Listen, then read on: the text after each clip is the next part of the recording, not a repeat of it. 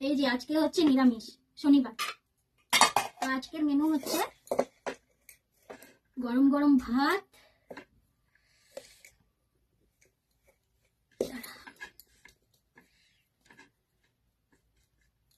আর সাথে আছে আলু টমেটো মাখা, আর আছে বাঁধাকপির তরকারি। এটা হচ্ছে বাঁধাকপির তরকারি।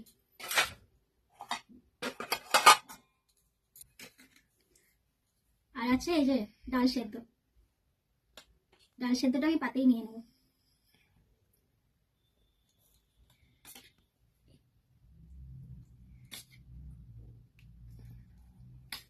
মুগ ডাল সেদ্ধ খেয়ে দেখা যাক এবার কেমন হয়েছে।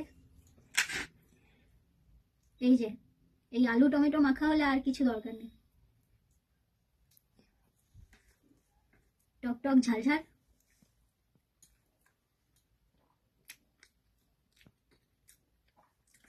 দারুণ খাবার।